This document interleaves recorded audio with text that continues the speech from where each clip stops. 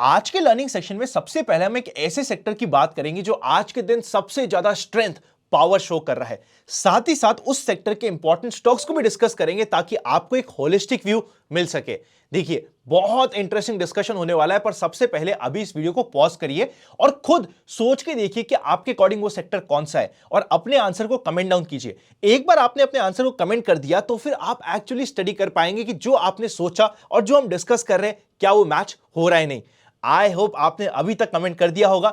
अब हम सीधा चलेंगे स्क्रीन के ऊपर, सेक्टर का भी चार्ट देखेंगे और कुछ इंपॉर्टेंट स्टॉक्स जो सेक्टर के अंदर आते हैं उनके भी चार्ट को स्टडी करने की कोशिश करते हैं। Let's go. सेक्टर का नाम है मेटल्स। बाय द वे, अगर आपको याद हो, मैंने अभी मेटल्स का वीकली चार्ट आपके सामने प्रेजेंट किया है और कंप्लीट स्टोरी में आपके सामने प्रेजेंट करता हूं। यहां पे जब मार्च 2020 का समय आया था, कोविड की वजह से क्रैश आया था और वापस से मार्केट बाउंस बैक होना स्टार्ट हुआ था, सबसे पहला सेक्टर जिसमें हम बुलिश हुए थे, अगर आप इस चैनल से जुड़े हुए काफी समय से तो आपको पता होगा, वो मेटल्स था। और मेटल्स में जब ये करेक्शन आ रहा था ना, उस समय मैंने एक बात बोली थी, वह यह था कि मेटल्स ने 2-3 महीने परफॉर्म किया, उसके बाद एक थोड़ा सा जर्क वापस से आया था। जब ये जर्क आ रहा था उस समय मैं एक बात यूजुअली मेटल्स के लिए बोला करता था, कुछ देर की खामोशी है फिर एक शोर आएगा। बाकी सेक्टर्स के तो दिन आते हैं, इस सेक्टर का दौर आएगा, क्योंकि ये सेक्टर ऑलरेडी पिछले 3 से 4 सालों में आप देखोगे कि बहुत ज्यादा कंसोलिडेट हो रखा था, बहुत अच्छा करेक्ट हो रखा था। पूरा मार्केट भी जब परफॉर्म कर रहा था, ये सेक्टर हमेशा टूटते जा रहा था। एंड कोविड के समय स्ट्रक्चरली इस सेक्टर में काफी सारे चेंजेस हुए थे, जिसकी वजह से हम डिस्कस कर रहे थे इस कंप्लीट पॉइंट को। बहुत अच्छी रैली दी इस कंप्लीट सेक्टर ने और ये सेक्टर ने एक क्लाइमेक्स टॉप बना के यहां पे 2022 से करेक्शन देना स्टार्ट किया, ऑलमोस्ट अपने 200 वीक के एवरेज तक टच करने आया और फिर वापस से बाउंस बैक किया। देखिए, ये जो करेक्शन आया ना, इस करेक्शन में निफ्टी भी अपने 200 डे मूविंग एवरेज के नीचे एक बार जा चुका था, तो ये इंडेक्स भी ऑब्वियसली टच करने आ गया था।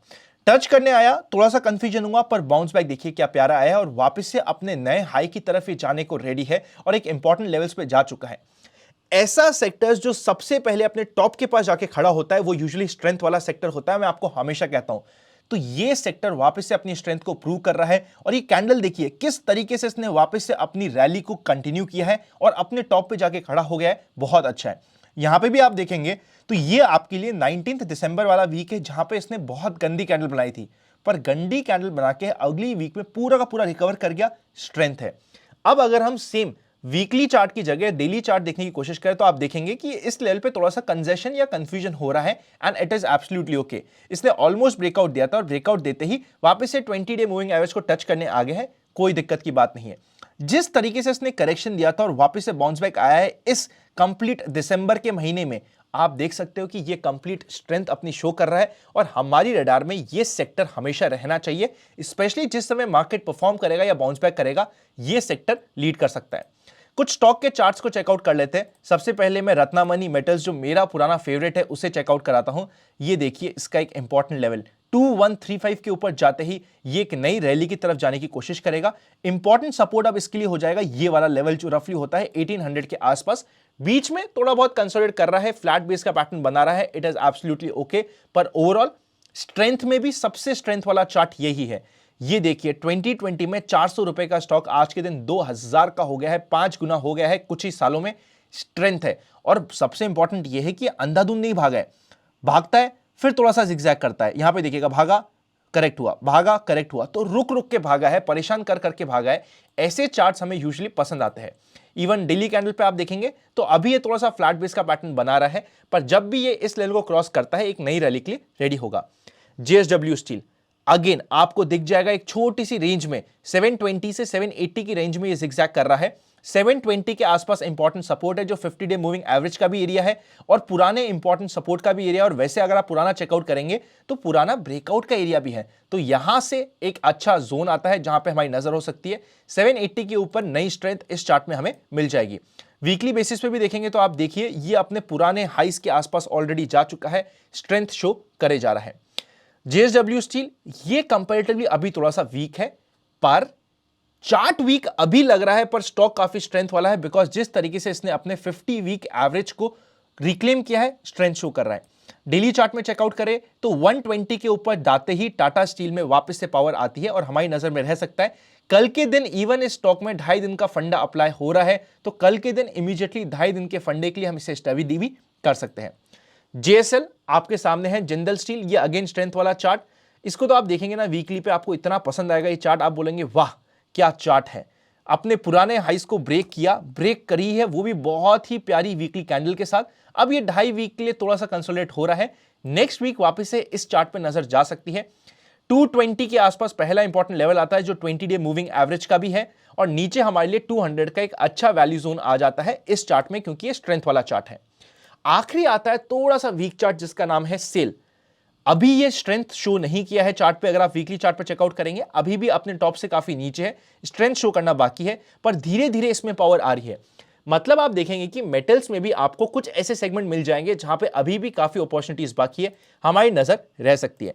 अगर आप डेली चार्ट पे चेकआउट करें तो जैसे ही ये करीब 88 89 राउंड फिगर में 90 का लेवल रख देते हैं, 90 के ऊपर जाते ही इस चार्ट में स्ट्रेंथ आती है और ये चार्ट हमारी स्टडी में आ जाना चाहिए।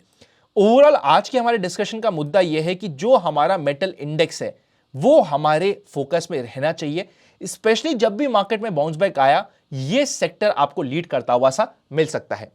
अब हम चलते हैं आज के पहले पार्ट में जिसका नाम है मार्केट टुडे। कई बार स्कैमर्स की तरफ से आपको कमेंट दिया जाता है इन्वेस्ट आज पर कल के नाम से। सबसे पहले ये जितने भी कमेंट्स होते हैं ना तो वो हाईलाइटेड होते हैं, ना ही उनके सामने वेरीफाइड मार्क होता है। जो ओरिजिनल है उसके सामने हाईलाइट भी होगा और वेरीफाइड मार्क भी होगा। हम कभी भी आपको कमेंट में किसी भी प्रकार के नंबर शेयर नहीं करते हैं और बिटकॉइन या क्रिप्टो करेंसी के रिलेटेड कोई भी एडवाइस नहीं देते। इन सभी स्कैमर से बच के रहिएगा। सबसे पहले इंडेक्स पे नजर डाले तो Sensex, Nifty, bank Nifty neutral से रफली 0.25% से लेके 0.40% तक नेगेटिव रहे। मिड कैप इंडेक्स भी 0.31% नेगेटिव रहा।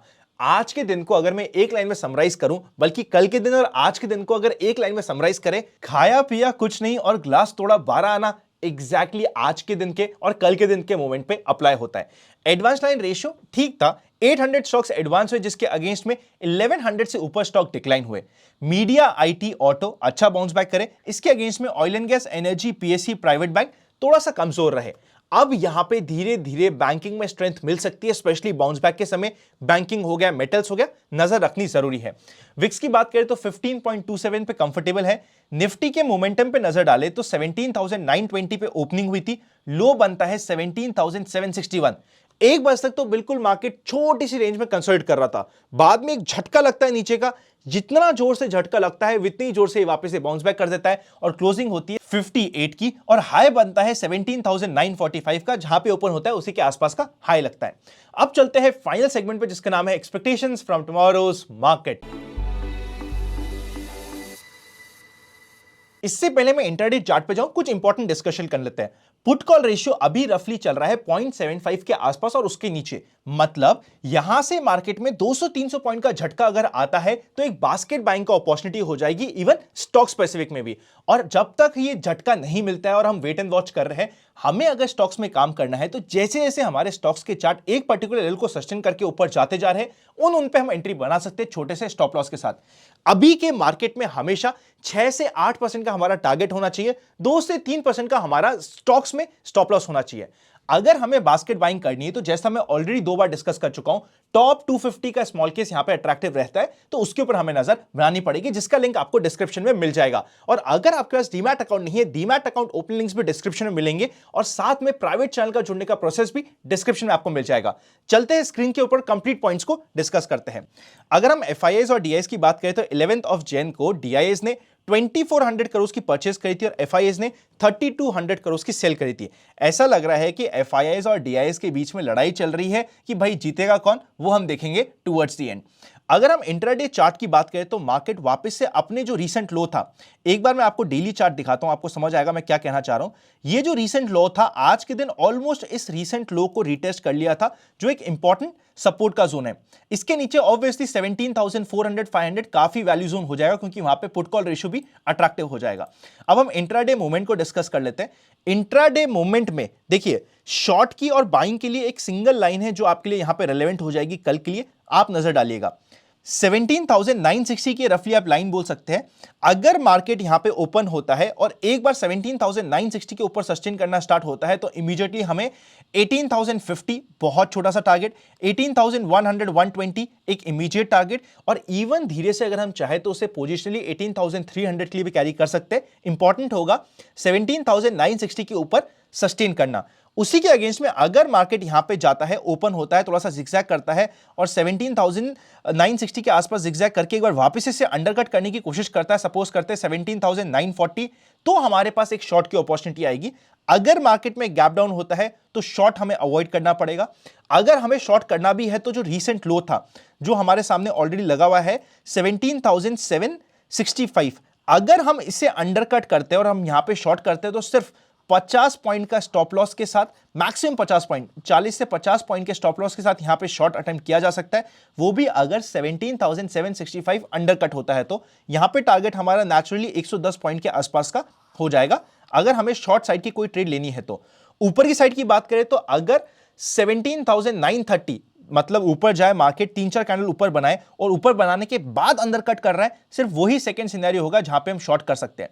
लॉन्ग करने का एक सिंपल सा केस है जो हमारे सामने आता है 17,960 का लेवल ऊपर सेशन होते ही हमारे लिए यहां पे एक लॉन्ग ट्रेड इनिशिएट हो जाएगी जो काफी इंटरेस्टिंग हो सकती है। और इस बार जब भी लॉन्ग ट्रेड इनिशिएट होगी उसके टारगेट्स लंबे भी हो सकते हैं, ये चीज आप हमेशा ध्यान रखिएगा क्योंकि ऊपर जाने के लिए अब यहां पे मार्केट के लिए अपॉर्चुनिटी रहेगी अच्छी। पुट कॉल रेशियो सपोर्ट में है, चार्ट सपोर्ट कर रहे हैं, इंपॉर्टेंट सपोर्ट एरिया आ गया है। 1-2 दिन ऊपर नीचे हमें नहीं पता, पर अगर हमें ये ट्रेड इनिशिएट होती है तो यहां पे रिस्क रिवॉर्ड रेशियो काफी अच्छा बन सकता है, हमें ध्यान रखना पड़ेगा। चार्ट में नहीं आएगा तब तक ऑब्वियसली हम कुछ भी नहीं करेंगे। इसी के साथ साथ अगर बैंक निफ्टी को भी बिल्कुल शॉर्ट में डिस्कस कर ले तो एक बार बैंक निफ्टी चाहे तो 41,000 तक रिटेस्ट करना चाहे तो कर सकता है, इट इज एब्सोल्युटली ओके। 41,500 इसका एक इंपॉर्टेंट सपोर्ट एरिया आता है। लॉन्ग यहां पे बनता है जब भी ये 42,250 के लेवल को क्रॉस करके ऊपर सेशन होता है, यहां पे हमारे लिए नेक्स्ट 500 से 700 पॉइंट का लॉन्ग यहां पे इनिशिएट हो जाता है, जिस रेंज को हमें ध्यान रखना पड़ेगा।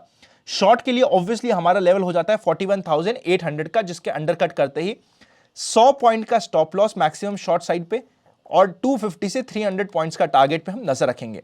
इस रिस्क रिवॉर्ड रेशियो को सही रखना बहुत इंपॉर्टेंट है, बिकॉज अगर आपका रिस्क रिवॉर्ड रेशियो फेवर में है तो 1-2 ट्रेड 5 ट्रेड गलत भी हो गई, ओवरऑल आप पैसा कमा पाओगे, ये आपका इंश्योर हो जाएगा। वीडियो अच्छा लगे तो लाइक करे बिना मत जाइएगा। Happy learning and I will see you very soon.